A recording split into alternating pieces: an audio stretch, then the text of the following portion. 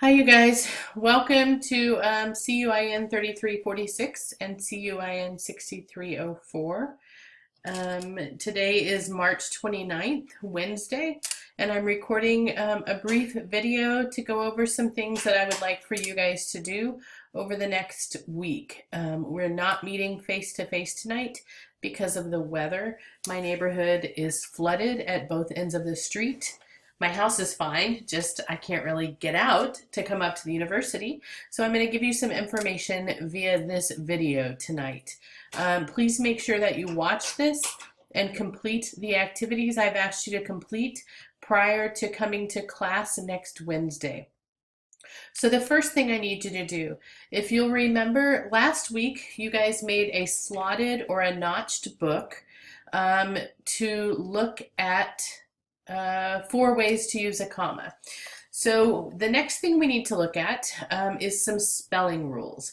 So in advance of next Wednesday, I would like you guys to use your own paper and make a second slotted or notched book. The directions for making that are on page 169 in your Acts of Teaching book. So I need you to make that slotted book, bring it with you to class next Wednesday along with your writing as well as something that you're reading. In addition to that, I'm going to drop an article into Blackboard. The article is called 4 Spelling Rules. It's by Leonard Wheat. It's from the Elementary School Journal, and an issue that was published in 1932. So it's an old article, very old article, but in the article, Wheat talks about the 4 spelling rules that are the most common, or really that have the fewest exceptions in the English language.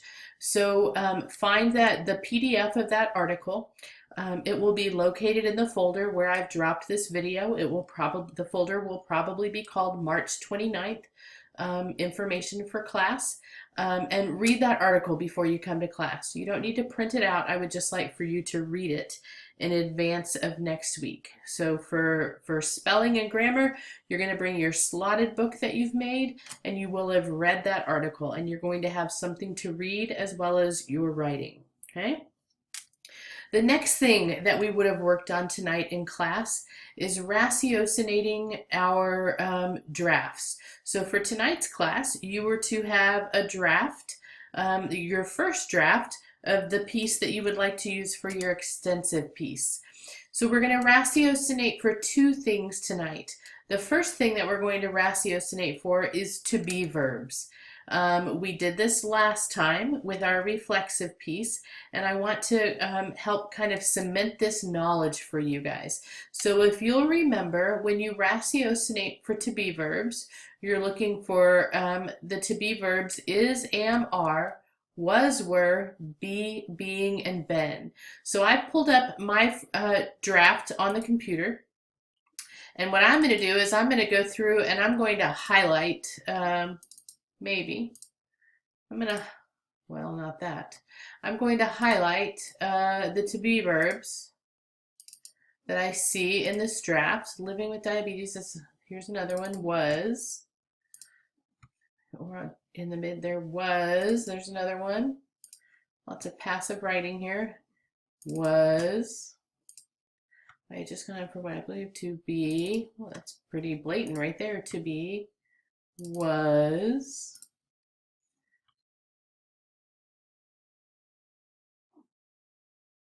There's another was. Look, I'm not even out of the first paragraph yet. Oh, that's a tricky one. Wasn't. That's a contraction. Okay, so I've only done the first paragraph.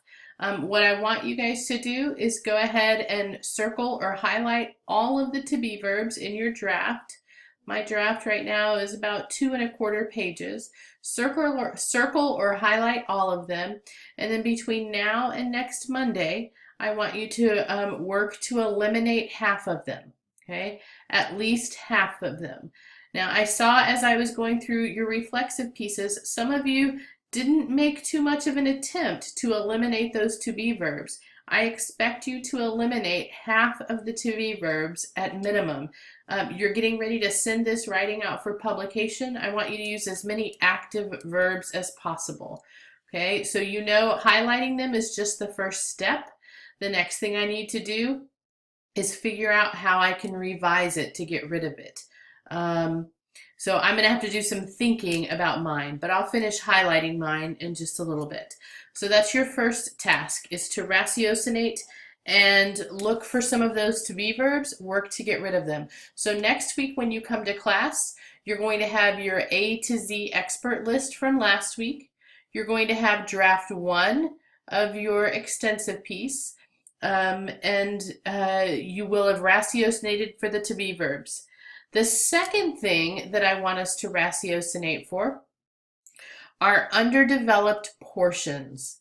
Okay, you're sending this out for publication. This is extensive writing. It's much more expository. It could be persuasive in nature, but when you make some claims, you might want to prove some of them.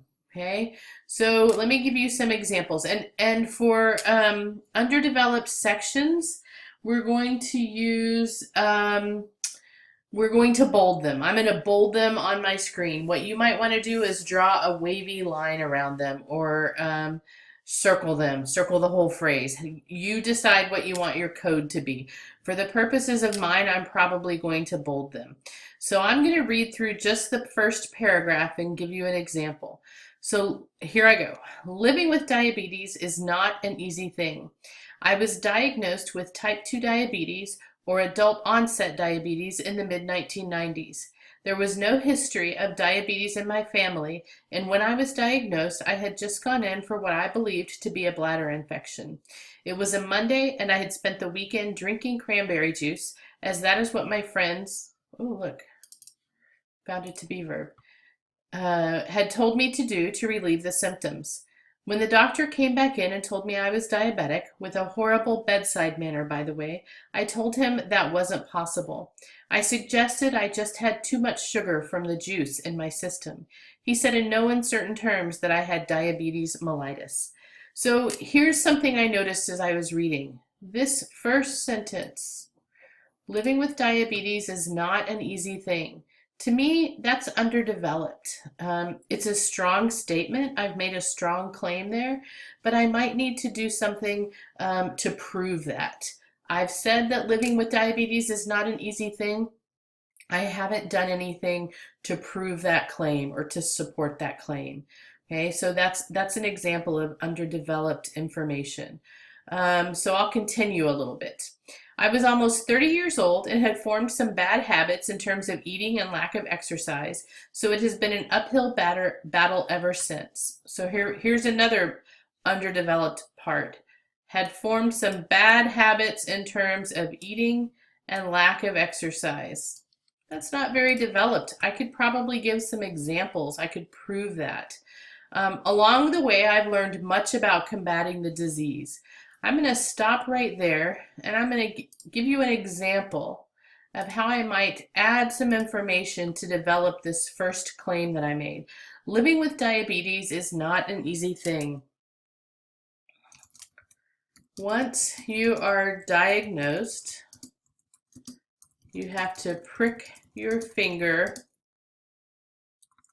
frequently to check your blood sugar numbers. Monitor everything that goes into your, I don't like the way that sounded. Monitor everything that you eat and avoid eating too many carbohydrates. So now I can go back and read that sentence I bolded, and I feel like I've proven it. Living with diabetes is not an easy thing. Once you are diagnosed, you have to prick your finger frequently to check your blood sugar numbers, monitor everything that you eat, and avoid eating too many carbohydrates. Okay, I feel a little better about that. Of course, I notice right there I have a to be verb that I might want to fix at some point. Okay, so here's another underdeveloped part. I was almost 30 years old and had formed some bad habits in terms of eating and lack of exercise. So I'm gonna prove that. I ate pretty much anything I wanted, healthy or not, and lived a mostly sedentary life. Spelled that wrong. Sedentary life. Okay, that develops a little bit more, gives it some information.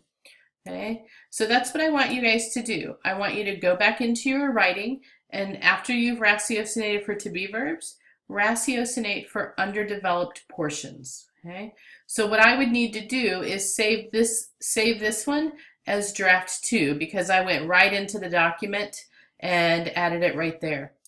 So next week you'll want to bring with you draft 1 that you had ready for tonight, and draft 2 that shows evidence of ratiocination and revision for to be verbs, as well as for underdeveloped information. Okay.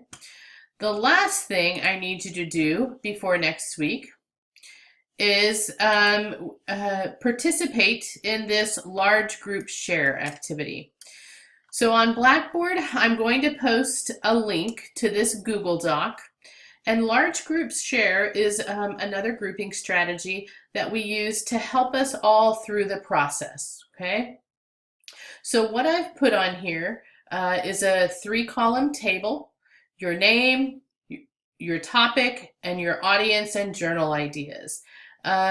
So I want us all to go in and help each other think about what we might be writing about, or who our possible audience might be, and or where we could get it published. Okay, so I've already started. I put Dr. Hale. My topic is all about coping with diabetes, and I'm thinking that it would be best targeted to people who have recently been diagnosed with diabetes, maybe their families, their spouses, their significant others, any of that.